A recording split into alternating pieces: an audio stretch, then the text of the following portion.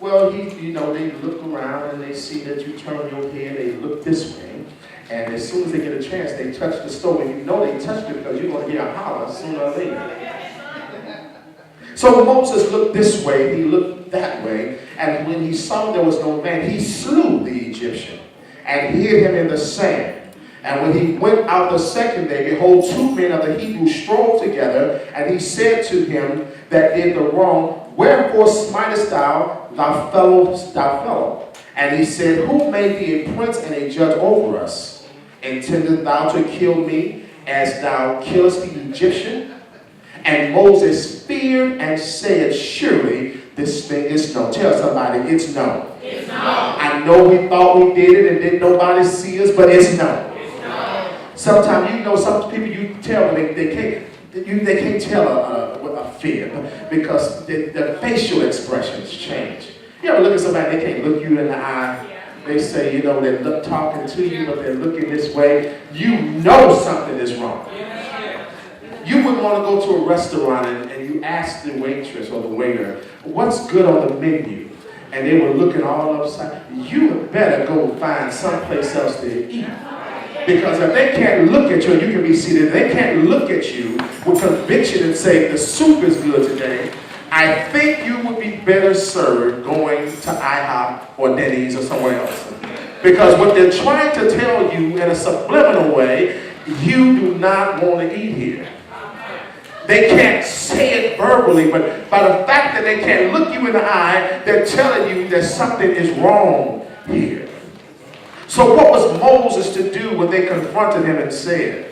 And he knew surely this thing is no. And then go to the 3rd chapter and the 2nd verse. And it says, and the angel of the Lord appeared unto him in a flame of fire out of the midst of a bush. And he looked, and behold, the bush burned with fire, and the bush was not consumed. Verse 9 says, now therefore, behold, the cry of the children of Israel is come unto me, and I have also seen the oppression wherewith the Egyptians oppress them. Come now therefore, and I will send thee unto Pharaoh, that thou mayest bring forth my people, the children of Israel, out of Egypt. And Moses said unto God, who am I, that I should go unto Pharaoh, and that I should bring forth the children of Israel out of Egypt? Tell somebody, I'm scarred, I've been marred, but still God has a plan for me. Say it to yourself again, I've been scarred. The scars are here. I've been marred. But still, God has a plan for me. We know that in our lives, Sister Jackson, we've messed up many times. If we will be honest with ourselves, sometimes we have messed up more than we've done it the right way. And what happens is, when you look at this story with Moses, when he found that this thing was known, the first thing we want to do is go hide ourselves. Fear begins to grip us, Deacon Vogt, and we get fearful. And we become so consumed with what people are going to think of us now. What are you going to think of me now? He who was upstanding and upright, and now I've fallen. Someone said, I've fallen and I can't get up. But I want to encourage somebody this morning that you may have fallen, but by the grace of God, you can get back up again. You ought to give God a hand clap for that, because you can get back up again. So many people have lost out on life because they messed up, they made a mistake.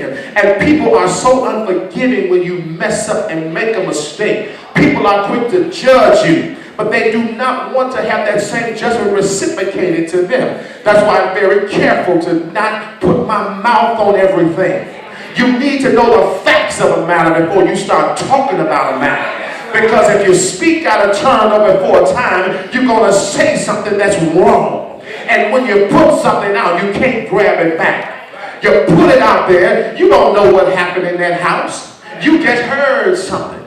And you heard something and you went running with it. You ran with the wrong word. You ran with the wrong vision. You saw me on the corner giving money to that lady, but how do you know? But to you, you may may have known of her reputation, but to everybody, but to God, she's a child of God. I heard Dr. McClurkin telling about that. He said in one of his, how he was giving money to a known prostitute. And he was trying to do it secretly because he knew the saints and people were looking, and they said, ooh, look at what he's doing. But you don't know when we put our mouths on